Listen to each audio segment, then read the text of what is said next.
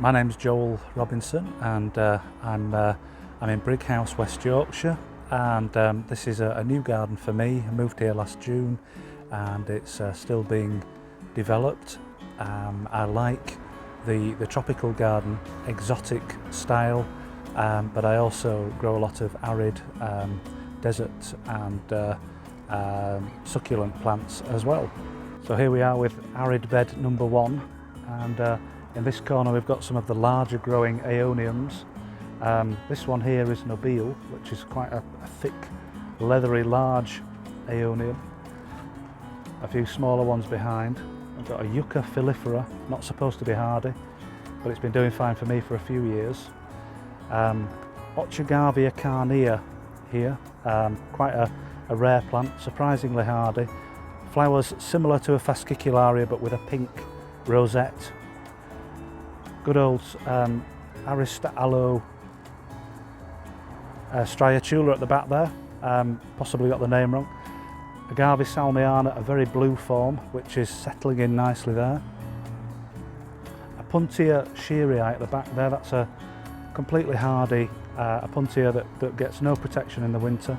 Some of these plants do get a bit of protection. This will have some overhead cover going on in the next week or two. Agave parii down there, that again should be quite hardy, but will get some protection. More aeoniums which will be coming in soon before we get any frost, and a nice silvery coloured puya down here. More smaller Apuntias that should be hardy. This is Trichosirius terzschekii, which is probably the best Trichosirius for trying outside in the UK. I've been growing it outdoors for a good 3 or 4 years now, and it's been fine with protection. And some smaller cacti down here. Serencia formosa down there. That's been outside for a good 7 years or so, although recently replanted here. And another Serencia formosa over here. An Echinocerius there as well, which needs a bit of winter protection to get through, but has beautiful red flowers. And here in a little pot here we've got a Hectia texensis, if I remember rightly. So Joel, what soil mix have you used in this raised bed, and how are you protecting the cacti as well as the Ideally, the soil mix would be pretty much entirely grit. The raised bed was already there, and the soil was very clay, so there is quite a lot of clay soil underneath, but I've got a good sort of that depth of grit, and the plants are purely in grit, and obviously for the drainage that's quite key. The Trichosirius is a very hardy high montane Argentinian plant. It occurs at 3,000 metres plus, and will regularly experience snow and ice, albeit fleetingly compared to our winters. And the theory is that if it's dry, it will tolerate all the cold that we can throw at it. I've been growing it outdoors for a few years, so I know that is the case. And this is just quite simply a couple of stakes knocked in the ground. I bought the corrugated plastic, which lends itself to being wrapped around the plant, and then a clear plastic cloche on top is just a quick fix really that will hopefully cater for any amount of height that the plant gets on it in forthcoming years, because it could get very tall, of course, eventually, and hopefully one day will flower as well. Fantastic. And when did you put the protection on this, and when will you take it away? So that's gone on just in the last few days, and will stay on till probably late April at the earliest, I would say. Condensation might be a concern, potentially, but in my experience it should stay very dry in there, and hopefully will keep the plant quite safe until next year.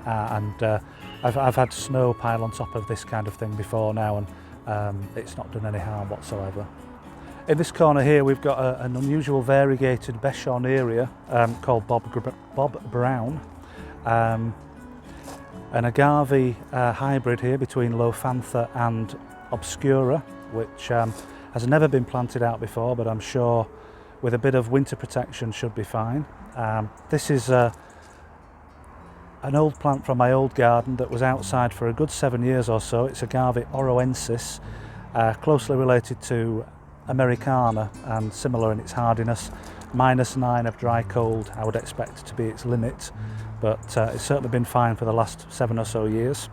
We've got a nice Echeveria secunda here, and this particular clone is tried and tested in Yorkshire and has been doing well for a lot of years, so hopefully that will be fine.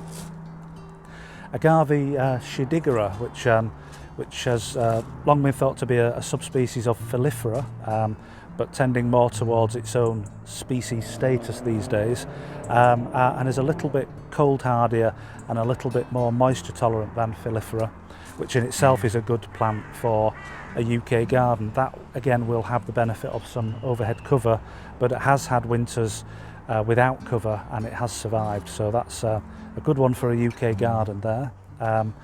Opuntia bentonii at the back there, another large growing Opuntia, not quite as hardy as Opuntia shearii, but nevertheless cold hardy enough to survive with a bit of cover. Quite a few of these Aeonium hierensi around, which are large growing sort of garden Aeoniums in my opinion anyway, and they'll go inside for the winter. Aloe polyphylla down here, this is the biggest one that I've got planted out at the minute, and it's a few years old from seed, a beautiful plant, not as widely grown as it should be. Again, will get some overhead protection in the winter.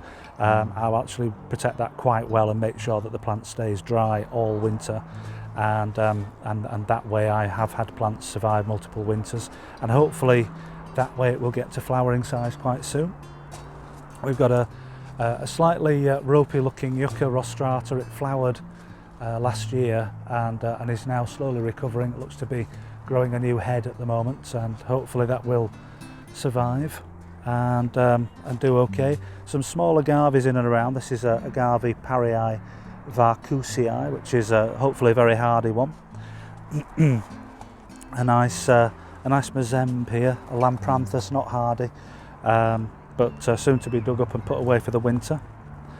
And here we've got a Serencia formosa.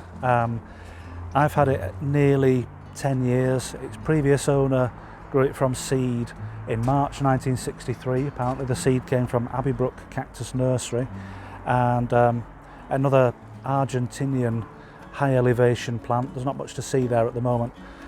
Yellow flowers, and it's a chunky columnar cactus which should be very, very hardy. Never been planted out for me, but it's had 2 or 3 winters in a tall cold frame, so it's certainly had the temperatures, and if anything it flowers better for having the colder temperatures. So it's not pretty, but hopefully that'll do the business until late April next year, when the covers will come off and the plant will hopefully be coming into flower and none the worse for its first winter outdoors. So we moved here just over a year ago. We moved here in June 2021, and the garden is south west facing. It slopes quite a lot. There's 4 flights of steps, and that does present a challenge when the garden has been essentially fully hard landscaped at the point where we've moved in. And so I've been creating raised beds and transporting topsoil and grit up the steps in buckets for a lot of the time that we've been here. It was nice to be able to do some planting this year and see the results of that, and hopefully there's a lot more to be done yet, and more planting areas to create. This is my smaller 6x8 greenhouse. It's surprising how many plants you can fit in one greenhouse. This greenhouse is currently bubble wrapped for winter. There's a fan heater in here plugged into a digital thermostat, and the plan at the moment is to keep it heated to 6 Celsius in the winter. I've always got seedlings on the go, so for me it's important that the temperatures are kept above freezing, but obviously this coming winter is going to be a test really, and I will be keeping the temperatures as low as I possibly can. There's a lot of seedling agaves here that I can see in front of me, and Opuntias, aloes, that kind of thing. Aloe polyphyllas here. This is a particular form of Aloe arborescens. my attempts at Aloe polyphila hybrids, although these are looking suspiciously like Aloe aristata at the moment, although there are one or two plants that I'm convinced are hybrids. A little Aeonium here which has the promise of being one of the hardiest Aeoniums, Aeonium spathulatum. I'm hoping that will be planted out in future years. And that's essentially it. The underbench has got some gingers, some agapanthus, some amarines, some xanthodecia seedlings that I'm growing, and there'll be lots more crammed in here in the coming weeks as the overwintering process begins, and doubtless I won't be able to get in here until the spring of next year. So that's the smaller greenhouse. So this area lends itself more to sort of tropical style planting. It's nice to get a bit of height in there, and with a bit more creation of raised beds and things, I think it could be a nice gin and tonic garden for next year. It has the benefit of being quite sunny, but also quite sheltered, so the large leaf plants should do well here. So the higher bits of the garden are very much more in the sun and more exposed, higher than the level of the roof of the house, and perfect really for getting some arid planting in there. And I've been growing succulent plants for about 15 years now. The last house that we moved to was on a sunny hillside. It was out of the valley bottom, and I thought it was an opportunity to have a go at growing some unusual, I suppose you could almost say exotic rockery plants, and we've got a couple of rockery areas as well that are perfect in this new garden for that. So agaves, aloes, cacti are all planned for the planting there. Bromeliads, the terrestrial bromeliads, puias, ochagavia, fascicularia are also among the plants that I've been amassing, and it is very much still a collection of plants rather than a garden, and I've been sort of collecting these kind of plants for too many years really, and they are a bit of a labour of love. There's that many of them, and they moved house with us as well, and moving the plants was harder than moving the contents really. So it's important to me that those plants get the planting areas that they deserve, and the long-term plan is to have them planted in the garden and protected in situ as much as possible. Seed heads hopefully forming here on Agave Wakamahi, and the pollen from this agave hybrid between Lophantha and Obscura was refrigerated because it flowered before this one, and was used to hopefully pollinate the flowers. I think to some degree some agaves are self-fertile, but I think they'll all produce better, more reliable seed if they've got a pollinator. So this could be an interesting hybrid, and as indeed could this one here, as it was a hybrid to begin with and does appear to have seed in the seed pods. I've got a Manihot Grahamii here, which is a challenge to grow from seed, I find. I've got a couple of plants after 3 attempts, and hopefully they'll grow into sizable plants that I'll be able to plant out in years to come. And I'm hoping also for cutting material to increase the plants that I've got. And this device here was a recommendation, and it basically monitors the humidity and the temperature in the greenhouse. It can be connected to the Wi-Fi, which it's picking up a good signal from the house, which is quite a distance away, and using my app on my mobile phone I can check what temperature it is in my greenhouse from anywhere, and humidity, etc., which is quite good for peace of mind if I'm ever not at home. So this is the Oreosirius celsianus, old man of the Andes. Might to be hardy enough to plant out in a couple of years' time, but it's grown a lot in the time I've had it, and looking a lot happier for a repot at the moment, and also seems to have quite enjoyed having a summer outdoors as well. And behind this we've got a recovering Aloe polyphila. At the last house this was part of a double-headed plant that flowered, produced seed and looked fantastic, but didn't take kindly to being dug up and moved. Lost its roots by the end of last summer, and has been sitting in cat litter ever since, and seems to be re-rooting quite happily. So it's alive and well, and probably maybe planted out next year. The succulents are probably an easy subject to tackle, because if they can take -15 of cold, if it's dry cold, then keeping them dry is a lot easier than heating an area outdoors and protecting a tender palm, for instance, that's going to be dead at -5. So that does seem to have been quite effective for me over the years, and I fully intend to replicate it here. And then there's a few more of the usual tropical style plants, many of which will come in and some which will be left outside as well. But then, you know, there are plants such as the gingers and the begonias, which should hopefully survive here.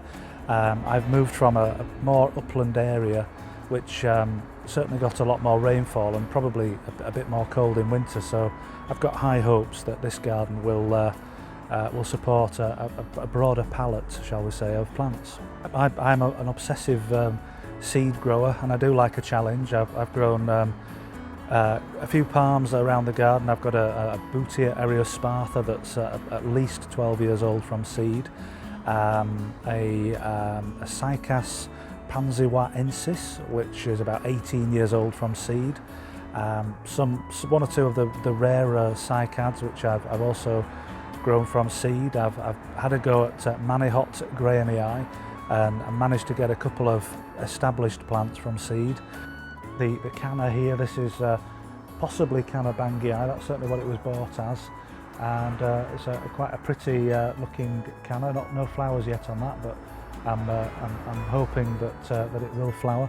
There is a Musa Sikimensis behind me, which I've grown from seed as well, and over the years quite a few agaves, aloes, other succulents that I've grown from seed. This year, for the first time, I've had 2 agaves flower. Never had an agave in flower before, and I've had 2 in the same year. One of those plants I grew from seed about 15 years ago, and I'm hoping that with a bit of cross-pollination, I've created some plants for the future. Hopefully, a new hybrid as well in the process.